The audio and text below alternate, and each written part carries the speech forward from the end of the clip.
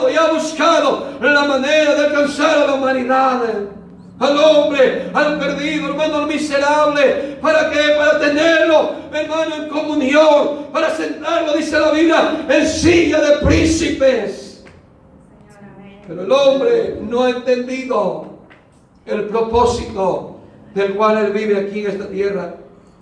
El hombre ha venido, hermano, con el propósito de Dios, hermano, para vivir, para alabar al Señor, para glorificar al Señor. Pero el hombre no ha entendido en su naturaleza humana el propósito del Creador,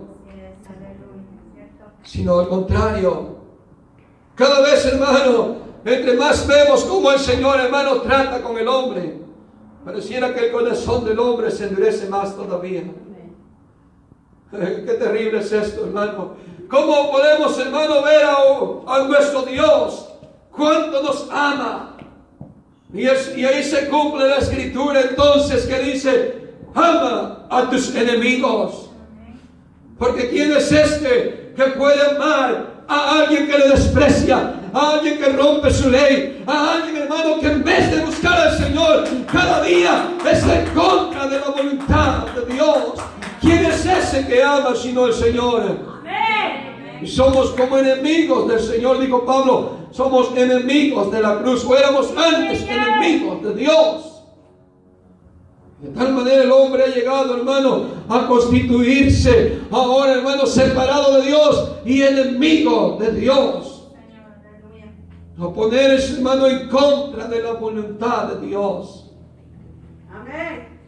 El Señor nos enseña, hermano, que nosotros debemos aprender este principio. Amén. Y no dejando de congregarnos. No dejando de congregarnos. Sí, Señor. Gloria al Señor Jesús. Aleluya. Muchas veces no hemos aprendido, hermano, el principio de congregación, de congregarnos, de estar, hermano, reunidos en la casa de Dios. Y hemos dado a veces, hermano, tregua a este principio, como dándole valor a otras cosas más que a este mandamiento. Gracias, Señor, por levantar tu mano, por el poder. Gloria al Señor Jesús. Aleluya.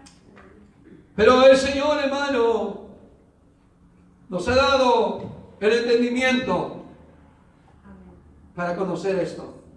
Aleluya, gloria a Dios. Muchos piensan, hermano, que al reunirse es algo como sin valor, como sin propósito, como sin, hermano, algún beneficio. Y dicen: iglesia, ¿para qué tanta iglesia? ¿O para qué tanto servicio? ¿Para qué tanto esto? ¿Para qué tanto lo otro? Como una vez a la semana es suficiente. Y si eres católico, cada vez que haya bautizos o bodas. Si eres evangélico, frío, tibio, dices cada 8 días está bien. ¿Para qué tanto? ¿Verdad? O cada mes tal vez sería bueno venir acá a dar una vueltecita. Porque no tenemos un buen hábito, un buen concepto acerca del significado de congregarnos.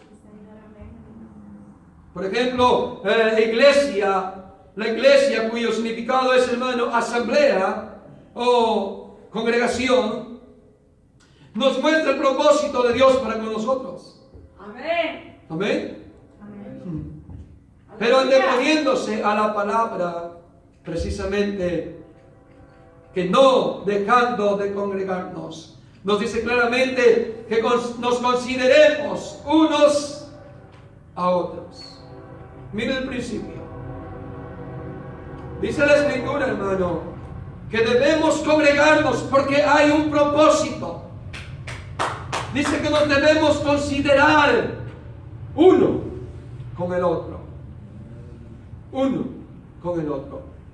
O sea, usted es alguien muy importante, usted es alguien muy necesario, pero ¿cuál es el principio que debemos tener de estar congregándonos?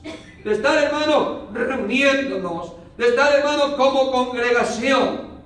¿Cuál es? Precisamente, hermano, es el el estímulo. ¿Hacia qué dijo la Escritura? Hacia el amor. Dígame si usted lo tiene allá en la calle. ¿Con cuánto se reunió esta semana con gente pagana? Que su vocabulario, que sus mentalidades, sus acciones, precisamente era todo lo contrario al amor. Y no estoy hablando solamente, hermano, de que los amemos, como dice en otra escritura, de que en esto somos conocidos los hijos de Dios, en que nos amemos unos a otros. Pero el estímulo que nos promueve el congregarnos es precisamente el amar a Dios sobre todas las cosas. ¿Cómo aprendo yo a amar a Dios? Cada vez que yo me reúno, porque es un principio. Estoy aprendiendo. Cada vez que yo me reúno, vengo con amor. Cada vez que yo vengo aquí, me estimulo al amor de Dios, a congregarme, a reunirme. Incluso me exhorto o me exhorta al amor de Dios, a vivir una vida para Dios. Dígame si no es el principio de Dios este. Desde antes de la antigüedad, el Señor lo promovía a que el pueblo fuera sacado del pecado, para promover al amor de Dios. Gracias, Señor. Usted mira cuando el Señor manda sacar al pueblo de Israel de los yugos de esclavitud y del pecado que tenían. Les está promoviendo a un propósito. No solamente que se amen entre ellos, pero les está enseñando un principio de que aprendan a amar a Dios. Porque le dijo a Faraón: deja ir a mi pueblo para que me ofrezca ofrenda en el desierto, para que se dedique para mí Israel, para que viva para mí Israel. Por ese propósito el Señor lo está sacando de ese lugar. No solamente para que esté libre del pecado, no solamente para que esté libre de las tareas y el castigo, no. Sí, Señor. No vaya a creer aquí usted, hermano, que Dios nos sacó del pecado, de la inmundicia o de ciertas tareas y castigos y trabajos que el diablo le había puesto, como para que usted viva ahora muy arrogante. No. Aleluya. Sino para que Dios va a querer que venga a la iglesia. Dígame para qué. ¿Cuál sería el principio que Dios quiere que esté usted aquí? ¿Usted cree por alguna otra razón? ¿Usted piensa que es otro pensamiento en Dios? Haberlo librado, haberlo comprado, haberlo santificado. ¿Con qué propósito? ¿Para que usted simplemente venga como un religioso y estar aquí? No. No. La Escritura, desde que escogió a Israel, le escogió para que le sirviera, dice la Escritura. Para que le amara al Señor. Dice: por eso te he escogido entre todas las naciones, no porque eras grande, no porque eras mejor, sino porque el Señor tiene misericordia de ti, pero para que le sirvas al Señor tu Dios con toda tu alma y con toda tu mente y con todas tus fuerzas. Aleluya. Aleluya, santo es. ¿De qué sirve, hermano, entonces congregarse si no hay propósito? Aleluya. Perder el tiempo como mucha gente religiosa. Va un montón de gente religiosa a la iglesia y multitudes, hermano, pero desamparadamente viven. No viven bajo el propósito de Dios. No viven, hermano, bajo el concepto divino.